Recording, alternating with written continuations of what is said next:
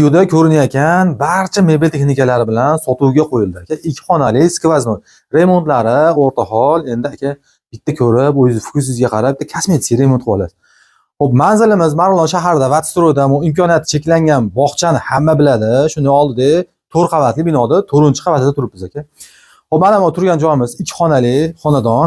Mana kirishimizga, asosiy eshikdan kirishimizga koridorini yonida o'zini sanuzeli kelib ko'rasiz. Mana eshiklarini ham plastik romlardan qilib yashagani tayyor xullas. Xo'p, mana bu tomonida mana o'zini oshxonasi.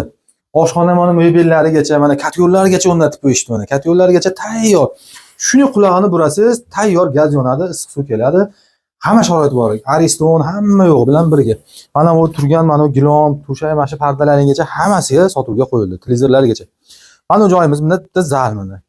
Zal. Bu tomoni mana oshxonani betga olib chiqib olsangiz, bu ham kengina mana balkoni ham katta. Oshxonani betga olib chiqib olsangiz, shunda 2 xona, 3 xona bo'lib qoladi. Bu eski oshxonani o'rni, bitta detskiy o'rnida foydalansangiz ham bo'ladi.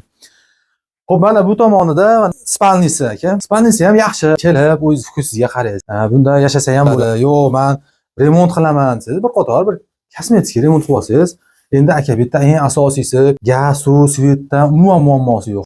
Xonadon egalari aytayapti, tepada bir tonnali yonkis qo'yib qo'yganman. Suvdan ham muammo sezmaydi bitta yashagan odam deyilyapti. Egalarning raqamini pastga qo'yib qo'yapmiz. Primo joyda egalari, o'rtada hech kim yo'q. Primo o'zlariga telefon qilib savdolashib olishlari mumkin.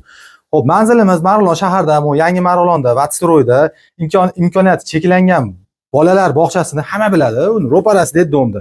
4 qavatli binoda 4-qavatida skvoznoy 2 xonali xonadonimiz. Remontlari bilan aka kommunalkalardan bitta muammo sezmaysiz.